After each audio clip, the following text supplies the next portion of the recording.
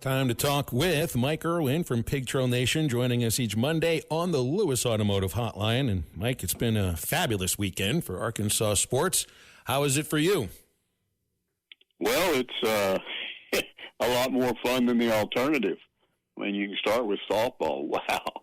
I mean, I could see all kinds of negative scenarios yesterday. If they play that game 3 late, or that possible elimination game for Oklahoma State, Arkansas would, if Oklahoma State wins, Arkansas's got to play a second game. I mean, when would that be? 11 o'clock at night, sometime this morning?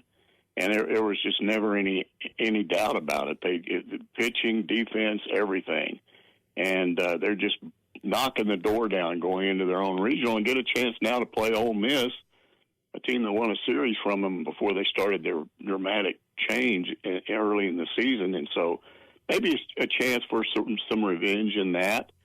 And then how about baseball? I mean, after that first game, guys all over Facebook, they were wanting Van Horn fired, get rid of him, he needs to retire. And then you come back and this team that suddenly is leaving all these runners on base destroys the number one pitcher in college baseball. They come back the next day, and who would have thought Will McIntyre would retire 11 straight batters to end the game and preserve a win? I mean, it just couldn't have gone any better, really. Yeah, you can't react off the first game in a series ever, because these series sometimes are more about depth than anything else. And I think both teams may be fairly equal in terms of offensive talent, but I don't think that in terms of pitching talent, nor do I think that in terms of glove work, guys in the field. It's just that, to me, that's what that was about. And the biggest thing for this weekend, Mike, is Gibbler, McIntyre, and Fouch. The series against Texas, David said, we need production from guys who haven't really played much. And he got production in that series from Robinette, from Bowles. This series, and this is also part of moving forward for the rest of for whenever the postseason, however long it goes, the bullpen now feels like it's deeper because of just this last outing from Gibbler, Fouch, and McIntyre. Sure. Every time it seems like somebody's going backwards somewhat, somebody else steps forward. I mean, you could make an issue that Root's kind of gone back to a 4-inning guy at the most. You still, Gage Wood, there's still a 3-inning, 4-inning thing with him. Vital Shees, I don't know. I guess maybe they've decided he goes 2, but now it's in relief. And then you get these guys stepping forth out of the bullpen. So it's good. We'll see what happens in Hoover. I mean, to me, they finished second. They ought to be a national 2 seed, but who knows what's going to happen? I'm looking at these polls today, and it's just a head scratcher. D1 baseball's had Arkansas down low all year. They're fifth, LSU number 1, but Vanderbilt, which finished tied with LSU for third, is ninth. And then you go over to the coaches poll. It's pretty much the same thing. LSU 1, Arkansas 5, Vandy 9. Baseball America, they've got LSU 1, Arkansas 2. They've got Tennessee 3 ahead of Texas, and Vandy 10th. So I guess finishing tied for third in the SEC equals being the best team in the country. I mean, I don't know what their thought process is. That stuff is all over the map. Hey, Mike, do you think we got enough pitching depth to make a run in Omaha? Well, it kind of changes. To get there, every, like if we can get there, sure. You think our pitching depth's good enough? It changes every week, different issues, this guy, that guy. But again, I said it last week, I think they do. It also depends on hitting. Hitting, you got to hit at the right time. You got to drive in runs, and you get this complaint over and over again that they're swinging for the fences too much. They won Game 3, which means they won that series with home runs. 5 of those 8 runs are on home runs. You got to have them. So, you get these complaints, and then as soon as people are all convinced that Nate Thompson needs to go, Matt Hobbs is this and that, Van Horn needs to retire, and then they just make them look like dummies. So it's baseball. Phil knows this. I mean, it changes. It's the most up and down sport, head scratching. But if you watch it long enough, you know not to be surprised by pretty much anything. Well, all you know now is that I think they have what it takes to win a couple of rounds and get to Omaha. And I think it's a team that is kind of built for that ballpark in Omaha. And I think they'd play well very well if they get there. You mentioned home runs. Mike, they've tied the school record with home runs, and they haven't even played a postseason game yet. It's like the 2021, the 22 team, the 19 team, they all hit a ton of home runs, but they also played postseason. I think it was the 21 team that set the record, and they played all the way to the third game of a super regional. But they have 6 players with double-digit home runs.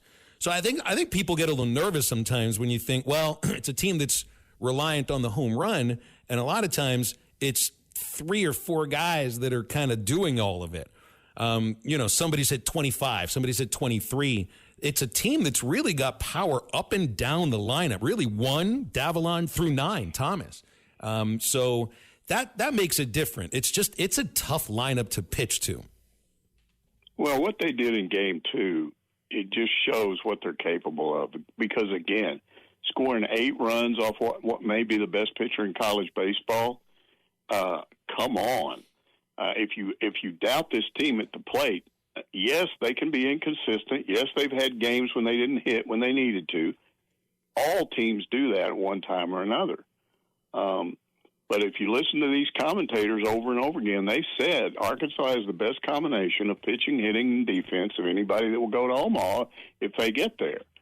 So it does look good, but you never know till it happens, and it's drama. That's what it's all about. You sit there and you're just – I'm watching McIntyre, every batter, all 11 of them thinking, is he going to walk a guy? Is then he going to give up a home run? What's going to happen here? And he just keeps mowing them down. And it wasn't all strikeouts. I mean, he induced some ground balls. He induced some fly balls, but nobody hit the ball solidly on him. And that's a testament to the way he's worked behind the scenes. Hasn't pitched a whole lot, but apparently has been working just on his pitches and his accuracy.